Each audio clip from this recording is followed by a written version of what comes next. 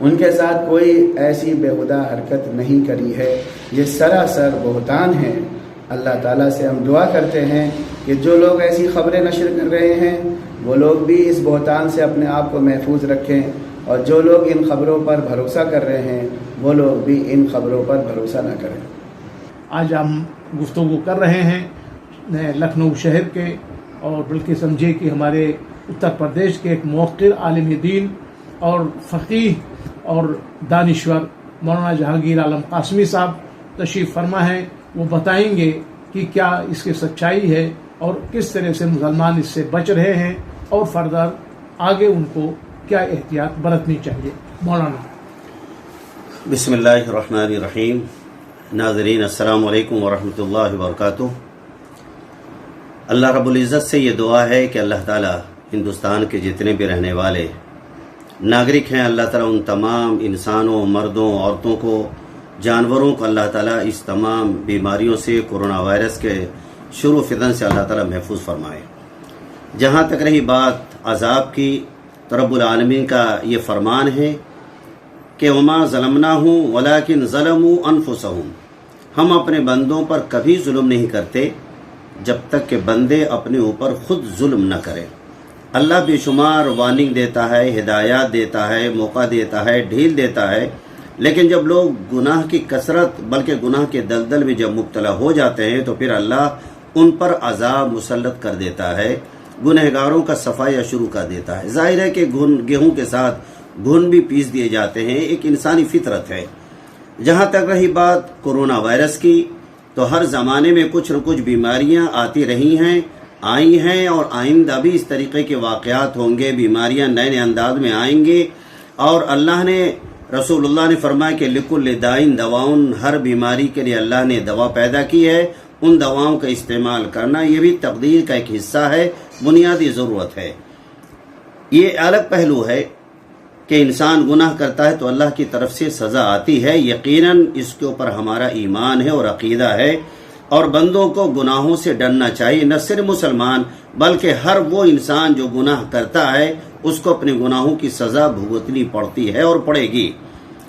لیکن یہاں تک ہندوستان کے اندر جو سیاسی پس منظر ہے، جس پس منظر کے نتیجے میں کوئی بھی واقعہ ہوتا ہے تو مسلمانوں کے خلاف عالمی پیمانے پر اس کا رخ موڑ دیا جاتا ہے۔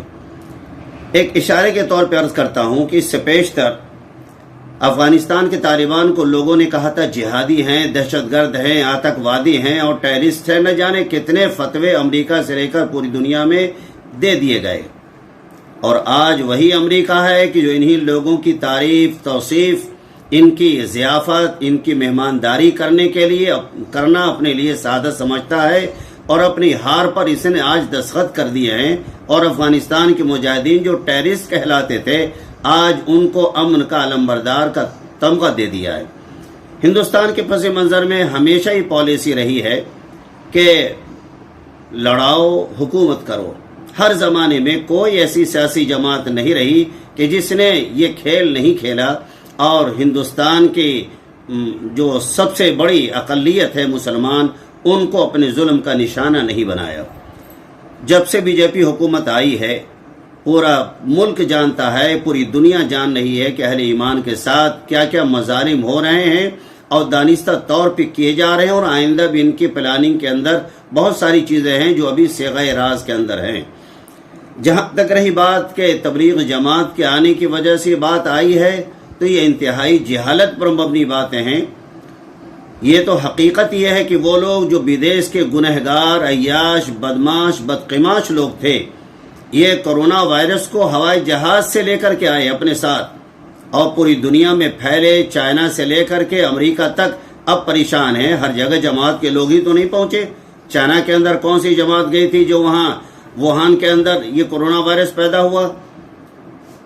یہ ایک اہل ایمان کو، مسلمانوں کو نشانہ بنا کر یہ سیاست کا کھیل کھیلا جا رہا ہے کہ کوئی بھی کام ہو مسلمانوں کے سر مڑ دیا جائے، مسلمانوں کو بدنام کیا جائے، اور یہاں کی جو ہندو اکثریت ہے اس سے داد خواہی کی کوشش کی جائے اور ان کا سپورٹ حاصل کیا جائے۔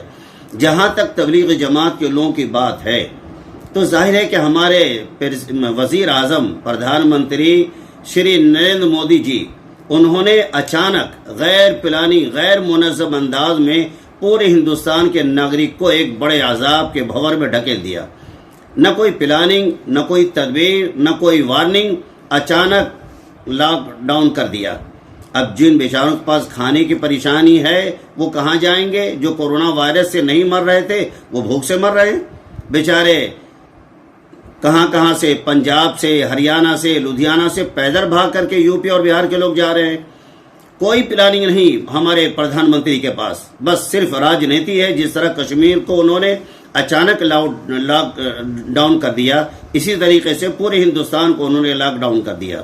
چلیے یہ بھی بات رہی، اور ہم تمام ناظرین کو، ہندوستان کے تمام ناگرک کو یہ بات بتانا چاہتے ہیں کھلے دل کے ساتھ کہ مسلمانوں پر جب بھی کوئی آفت آتی ہے تو مسلمان سب در کو چھوڑ کر اللہ کے دربار میں حاضری دے کر روتا گڑ گڑاتا ہے، گناہوں کی معافی مانگتا ہے اور اس پریشانی سے نکلنے کا سمادھان ڈھونڈتا ہے. لیکن ایک وزیر اعظم کے کال پر، وزیر اعظم کی درخواست پر ہندوستان کے مسلمانوں نے ایک بڑی قربانی پیش کی ہے کہ مسلمان سب کچھ چھوڑ سکتا ہے مگر جمعے کا خطبہ اور جمعے کی نماز نہیں چھوڑ سکتا. لیکن وزیر اعظم کے کہنے کی بنیاد پر تمام مسلمانوں نے، علماء نے، فضلاء نے، حفاظ نے، قراء نے، جماعت والوں نے، غیر جماعت والوں نے، بڑوں نے، امیروں نے، غریبوں نے، ہر ایک نے لبیک کہا اور پردھان منتری کا ساتھ دے رہے ہیں. اور جمعے کا خطبہ چھوڑ دیا مسلمانوں نے.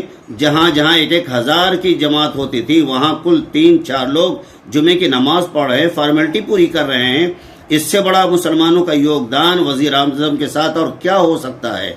یہ بڑے شرم کی بات ہے کہ اس پریشانی کے وقت میں، عذاب کے وقت میں بھید بھاؤ کیا جائے، ہندو مسلمان کی راجنیتی کی جائے اور مسلمانوں کے سر اس چیز کو مڑ دیا جائے.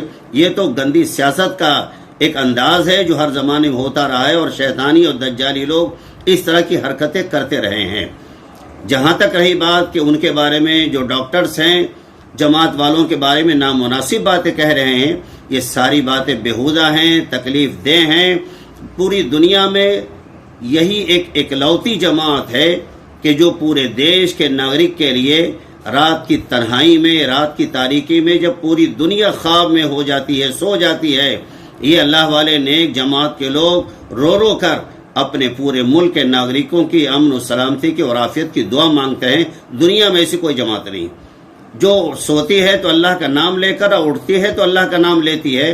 ان کے بارے میں بیہودہ حرکتیں، کورونا وائرس ان لوگوں کا لے کر کیا نا، یہ تو اللہ والے لوگ ہیں. دن بھر میں 10 مرتبہ ہاتھ دھوتے ہیں، 5 وقت نماز پڑھتے ہیں اور ہر وضو کرتے ہیں اور 3 مرتبہ ہاتھ دھوتے ہیں، 3 مرتبہ کلی کرتے ہیں، 3 مرتبہ ناک میں پانی ڈالتے ہیں، 3 مرتبہ منہ دھوتے ہیں، 3 مرتبہ ہاتھ دھوتے ہیں، 3 مرتبہ پیر دھوتے ہیں، سر کا مسح کرتے ہیں، گردن کا مسح کرتے ہیں، تاکہ جو کچھ بھی بیکٹیریا ہے یا وائرس ہے وہ سب کے سب دھل جائیں، صاف ہو جائیں. تو ان اہل ایمان کے اندر کورونا وائرس کو منسوخ کر دینا یہ سب سے بڑی سازش کا حصہ ہے.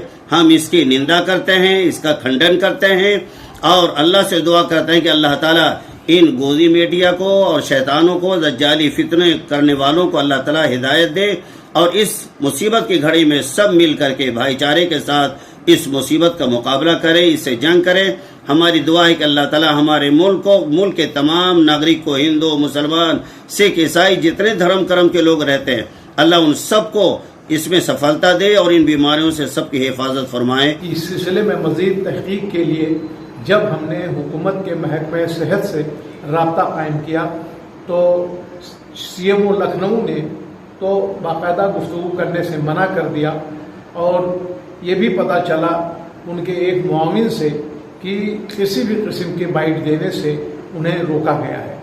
اس کے بعد ہم نے میڈیکل کالج میں موجود ڈاکٹر روی پانڈے سے جب رابطہ قائم کیا گیا کہ آپ کے ہاں جتنے مریض آئے ہیں، خاص طور سے جن کا تعلق ہمارے لکھنؤ تبلیغی مرکز سے رہا ہے، اس میں کیا کوئی آپ کو کورونا سے گرست پایا گیا؟